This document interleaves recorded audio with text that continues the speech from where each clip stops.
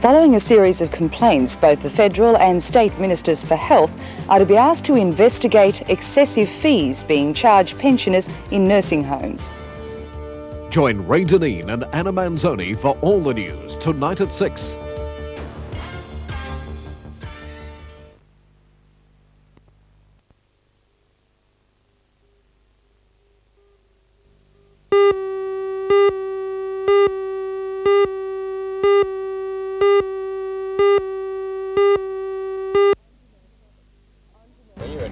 I'm Janelle Provost. A couple in Redhead have spent 2 nights of terror, fearing that their house would be washed down the hill. They say that their problem is due to inadequate draining that should be provided by the council. Join Ray Deneen and Anna Manzoni for all the news tonight at 6.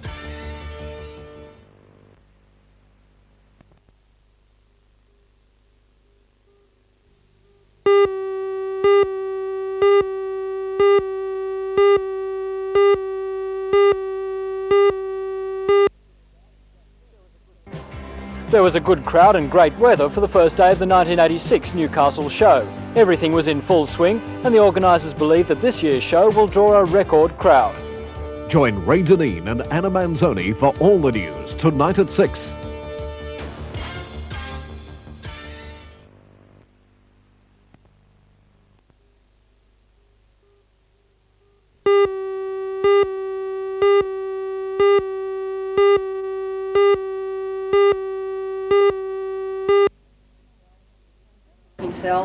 Professor Klein today told middle management at the state dockyard that they can take action to ensure that they aren't left out when it comes to employee participation, because they are the link between management instructions and the finished product.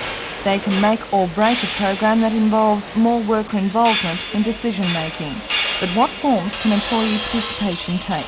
Employee participation means about 100 different things to 100 different managers. It depends on who you're talking to at what point in time. Some people just refer to it as improved work climate, improved open communications, having problem-solving groups, which the group of employees makes recommendations as to how to improve the process. Those recommendations are then presented to upper management. They evaluate that and then say yes or no, and then let the group implement their recommendation. In extreme forms, I'm not sure extreme is the proper word, but in the most advanced forms of employee participation, there are semi-autonomous work groups where a natural work team of employees do a total task as opposed to a very individual, narrow task. They are involved in planning their own work, scheduling it based on an overall requirement which is set by management, and they do problem solving of things on a regular basis.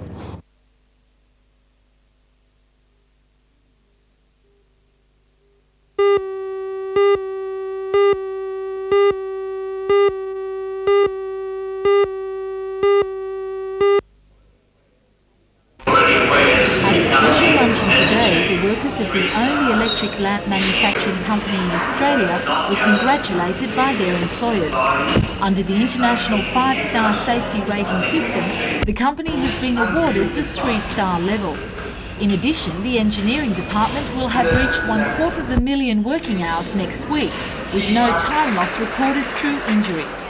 Company factory manager Rob Herriman says that the success of the overall safety campaign, which began 2 years ago, is a credit to all. It was, of course, a team effort. Health and safety is one of these unique things that you can't do on your own. You have to do it all together, and I'm very pleased that we have achieved this, and I think it is a congratulation to all people here, nobody excluded.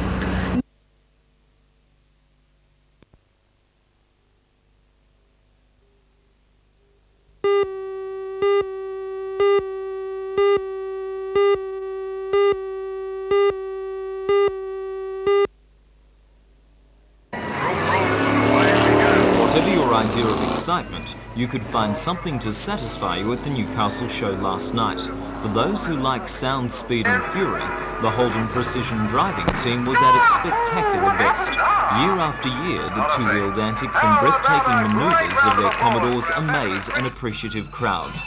Also appreciated were the Newcastle Rugby League cheerleaders, appearing at the show for the first time. The Miss Showgirl contestants then took the spotlight, arriving atop MG sports cars.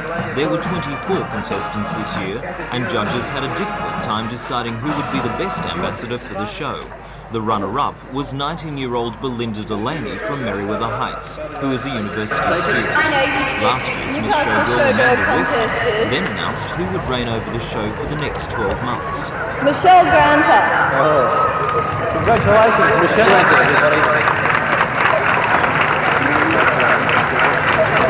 19-year-old Michelle Granter lives in Shortland and is a medical receptionist. Michelle will now compete in the Muswellbrook Zone final of the Land Royal Easter Showgirl contest.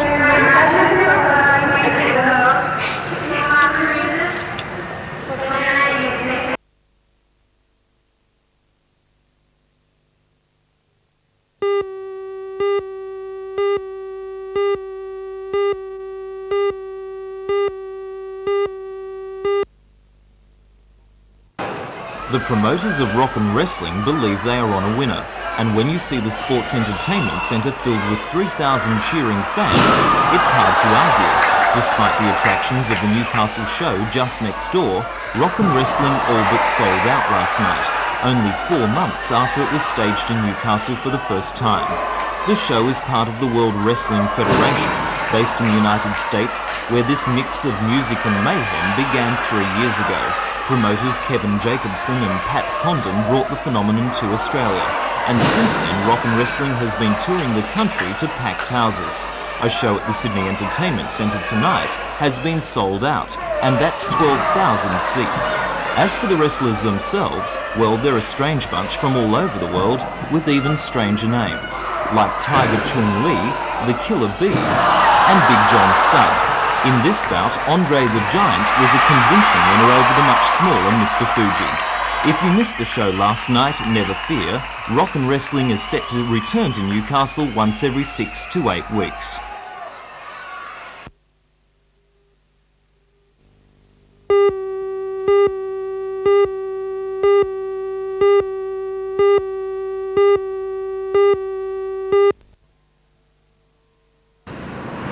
The sacked supervisors say that they are being replaced by honorary workers in a bid to cut costs, and the chairman of the board says the type of product that's being made at the workshop will be changed.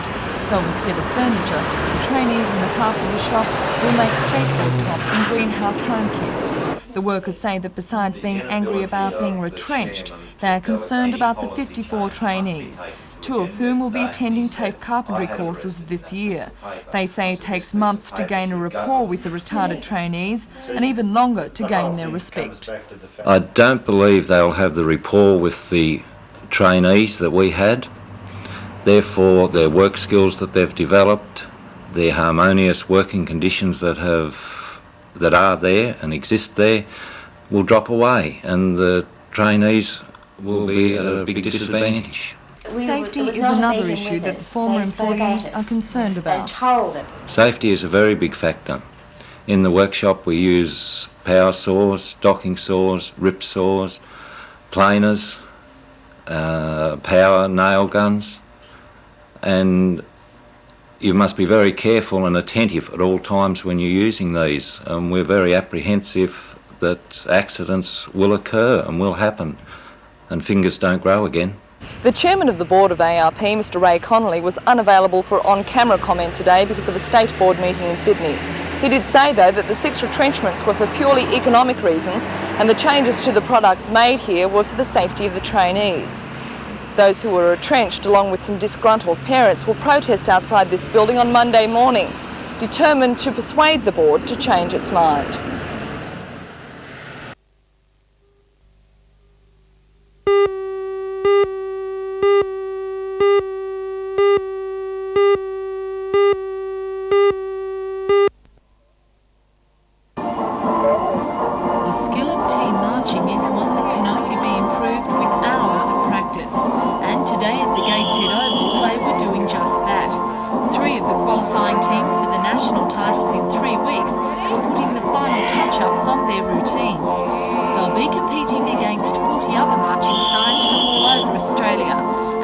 judged on precision work and deportment. The state titles being held in Sydney next week will serve as a good practice run and warm up to the national event in Tasmania. The 38 girls have been described as the Hunter region's strongest competitors and are confident in their chances at returning with the titles.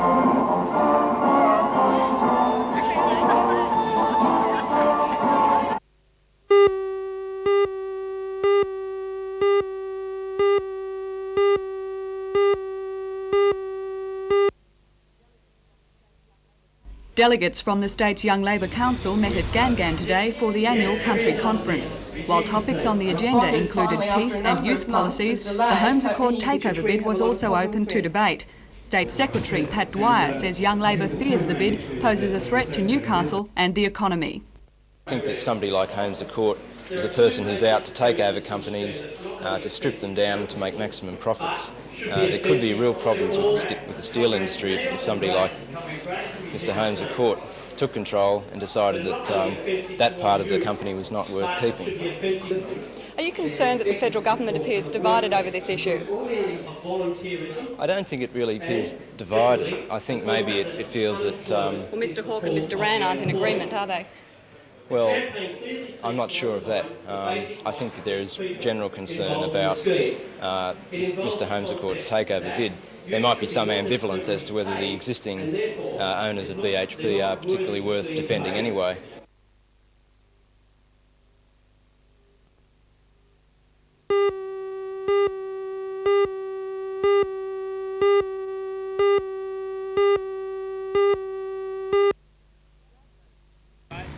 Drag boats from Newcastle, Raymond Terrace, Wyong, Lake Macquarie and Sydney gathered for the last meeting of the season prior to the Grand National Championships at Windsor next month.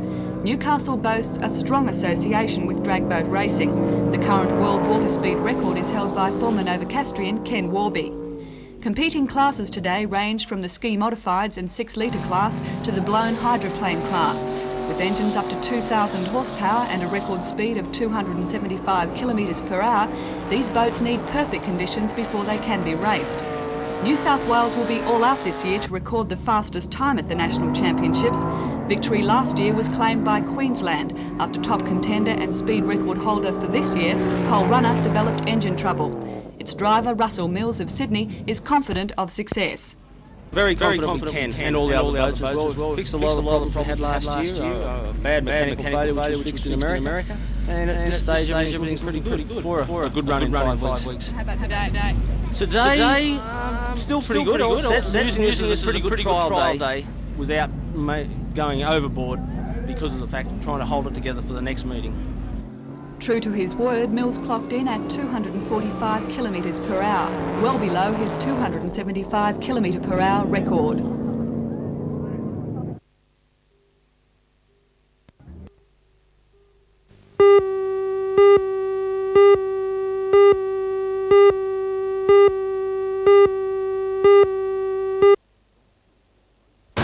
Thanks to a stiff breeze this afternoon, Newcastle Harbour proved a tear-stable space skips. There were 19 entries from around the state, and they covered the 22 kilometres of the triangular course in fast time.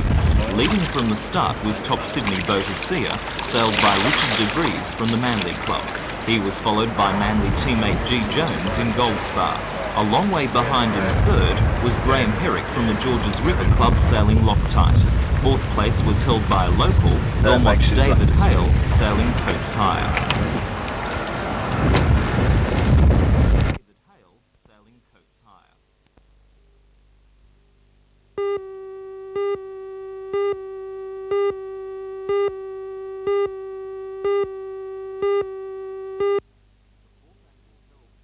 The 4th annual Herald Challenge Cup was no challenge at all for Canterbury Bankstown. They simply outgunned Newcastle in almost every department. The locals tried hard, but the Sydney Premiers tore through their defence to score 2 tries in the first half, leaving the scoreline 10-4.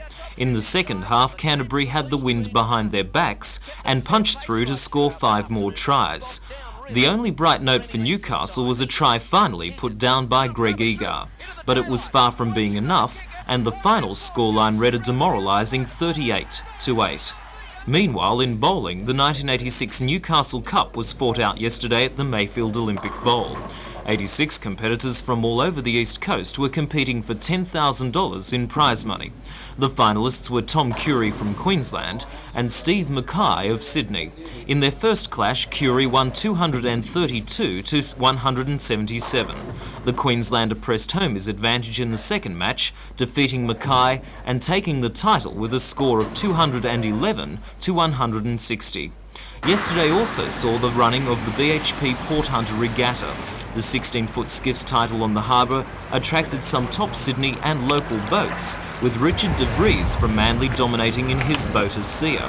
He won from Manly teammate G. Jones in Gold Spar and Georges River sailor Graham Herrick third, sailing Loctite.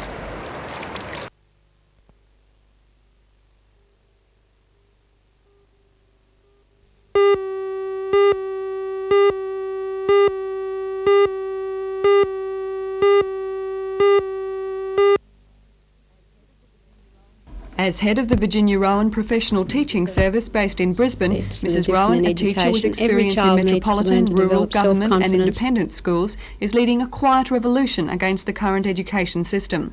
Author of the books It's Easy and, more recently, It's That Winning Feeling, Mrs Rowan believes every student is capable of achieving. Education. Every child needs to learn to develop self-confidence, self-control, learn to manage their time effectively, set goals for themselves so that they've got their studies are given direction, and make sure that they experience achievement, and because that underlies, that motivates people towards further achievement, and that's within the capabilities of every person. Is lack of achievement then the fault of laziness or the education system?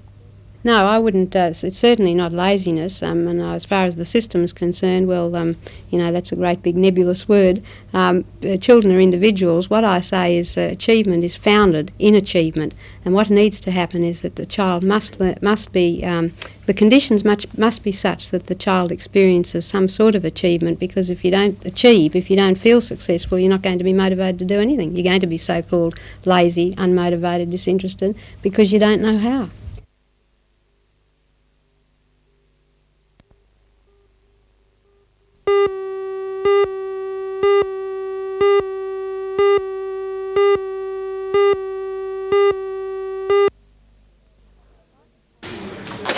Anforth says too many police are being diverted from general duties to special squads, leaving a shortfall in crime prevention. Is there any light at the end of the tunnel? We don't see it, to be quite honest, because we're going backwards from what we can see at the moment, particularly from the public service side of it, which is throwing our area into confusion. We've lost 20 public servants or typists out of this particular district since in the last 2 years, and consequently what that's done, it's put the police back in the offices. Meanwhile, the police force has established a Victims of Crime task force for those who've been affected by crime. But what form will this new service take? Constable Steve Kent. We'll be addressing such issues as court appearances, a scheme that's working in South Australia at the moment.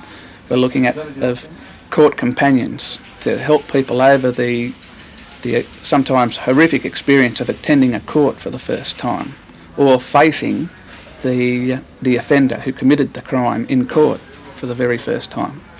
Also, we'll be looking at schemes where we'll be assisting the victim more so than the criminal, where people who, for instance, are subject of a break, enter and steal offence, and all the money was taken out of the house and they found that they have no money for food, we can then refer them to centres where they can get food and also money to survive.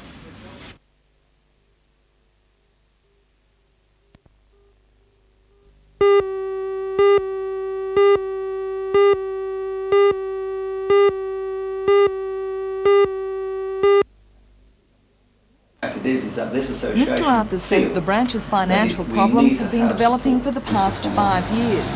He says the reason that nothing's been done about it until now is that the organisation depends on voluntary labour, and so in order to keep the workshop open, it's trying to work through the problem. He says the allegations that the sacking of the supervisors could produce a dangerous situation for trainees are unfounded. In fact, I mean, what has been going on has been an increasing in numbers of staff, and it's been a decreasing number of handicapped people. We have now in the workshop some 40 people who are the handicapped people who need supervision. We have, looking after those, 6 supervisory staff who are the skilled operators, and indeed a management person. The people who have actually been retrenched were actually surplus to those requirements. There is no danger at all in terms of the handicapped people and the work they're doing. What about the skills that they've attained? Do you think they will be maintained? Well, I would like to query that they've been receiving sufficient skills, and I think this is maybe can be appointed to the association. We have in our forward plans the idea of appointing a full qualified training project officer who can develop true training skills for these people.